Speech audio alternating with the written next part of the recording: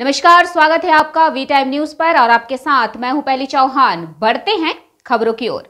शमशेरगंज के निमतिता भाजपा ग्राम पंचायत सदस्य आमिरुल इस्लाम तृणमूल कांग्रेस में शामिल। विपक्षी खेमा फिर से बढ़ गया। इस बार वह तृणमूल कांग्रेस में शामिल हो गए। रंजीत दास शमशेरगंज के निमतिता में भारतीय जनता पार्टी के निर्वाचित पंचायत सदस्य हैं। शनिवार सुबह उन्होंने शमशेरगंज ब्लॉक तृणमूल कांग्रेस के नेता और निमतिता क्षेत्र के अध्यक्ष समीउल हक के नेतृत्व में भाजपा छोड़कर टीएमसी में शामिल हो गए।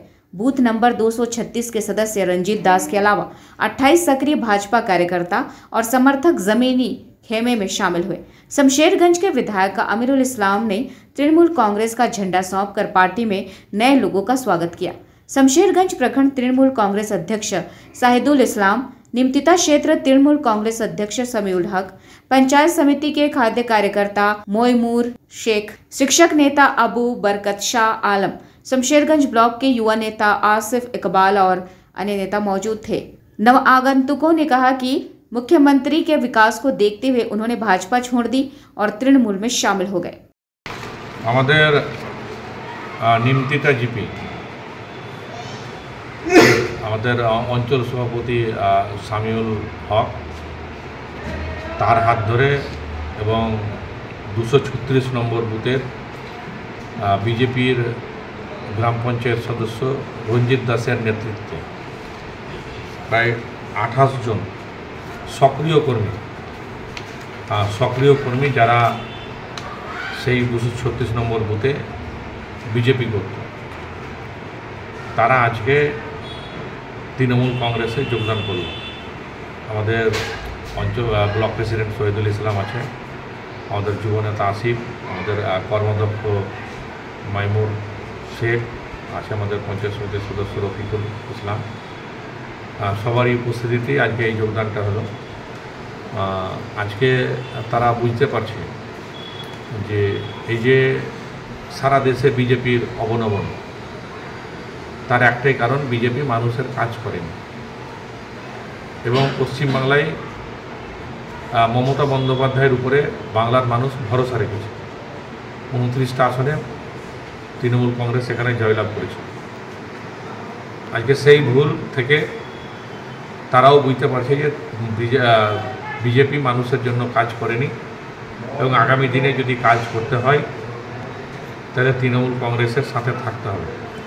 ইতিমধ্যেই আমরা বহু উন্নয়ন করেছি, এলাকার উন্নয়ন হয়েছে, আরও উন্নয়ন আমাদেরকে করতে হবে। আমরা মমতা বন্দ্যোপাধ্যায়ের নির্দেশ মতো, আমাদের সেনাপতি অভিষেক বন্দ্যোপাধ্যায়ের নির্দেশ মতো আমরা মানুষের কাছে ডাক দিয়েছি যে তৃণমূল কংগ্রেসকে শক্তিশালী করুন।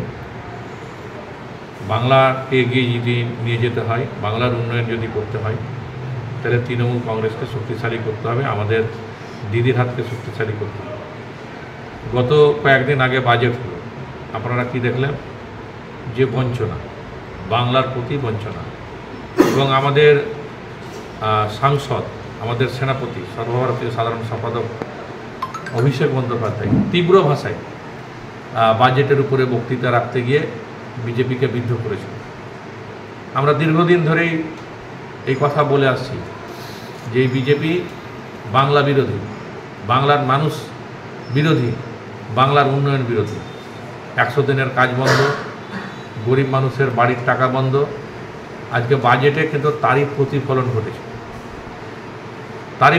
ঘটেছে যে প্রতিহিংসা করেন বাংলায় বিজেপিকে সমর্থন করেনি, মমতা বন্দ্যোপাধ্যায়কে সমর্থন করেছে, 29টা আসনে জিতেছে বলে আজকে প্রতিশোধের রাজনীতি বিজেপি এখানে কিন্তু শুরু করেছে বলেই বাজেটে কিন্তু বাংলার প্রতি বঞ্চনা, এখানে বঞ্চিত করা হয়েছে।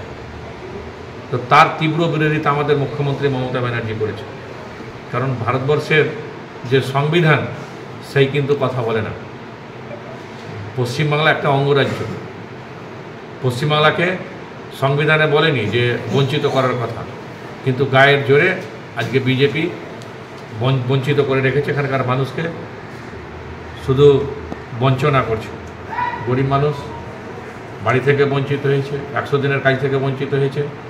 আমাদের মাননীয় মুখ্যমন্ত্রী কিন্তু ঘোষণা করেছে যে আমরা ডিসেম্বর থেকে যেটা গরিব মানুষের যে নামের তালিকা আছে তাদের বাড়ির টাকা দেওয়া হবে এবং 100 দিনের কাজের পরিবর্তে 50 দিনের কাজ দেওয়া হবে। সেই কাজ কিন্তু শুরু হবে।